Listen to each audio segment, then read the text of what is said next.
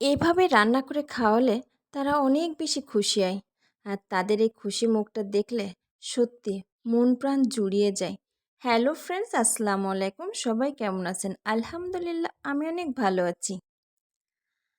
আজকে আমি কি রান্না করেছি সেটা আপনাদের সাথে শেয়ার করব।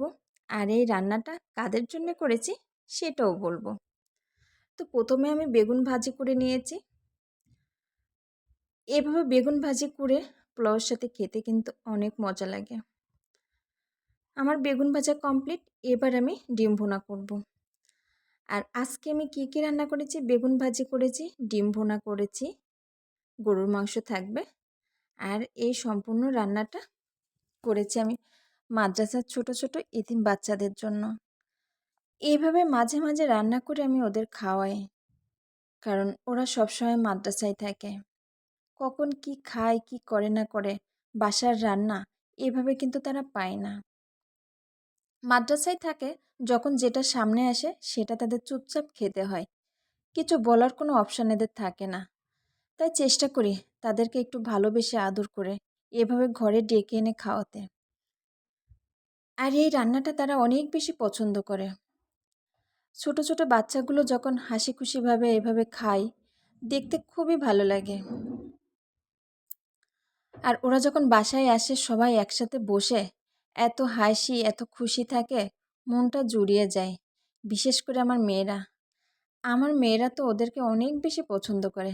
যেদিন বলি যে আজকে কিন্তু মাদ্রাসার ভাইয়ারা আসবে, তখন এত বেশি খুশি হয়ে যায়। এই খুশি মানে আসলে বলার মতো না। অপেক্ষায় থাকে যে কখন তারা আসবে। আর এই রান্নাবান্নার আয়োজনটা ছিল সবটুকু তাদের জন্য। তারা যেভাবে খেতে পছন্দ করে আমি ঠিক সেভাবেই রান্না করি, কারণ আমি অনেক দিন থেকে ওদের খাওয়াই, তো জানি যে আসলে তারা কি পরিমাণে খেতে পারে বা তাদের চাহিদাটা কেমন, এটা আমার জানা আছে। তাই চেষ্টা করি ওদের পছন্দ মতো করে রান্না করার। কারণ ওরা তো অনেক বড় বড় বাচ্চারা আসে না, তো আসে ছোট ছোট বাচ্চাগুলা। আর ছোট ছোট বাচ্চাগুলো একটু ঝাল কম হলে ভালো লাগে, বা হালকা পাতলা মশলা দিয়ে রান্না করলে তারা খুবই পছন্দ করে। আর আমার রান্নাটা সম্পূর্ণ থাকে তাদের পছন্দ মতো।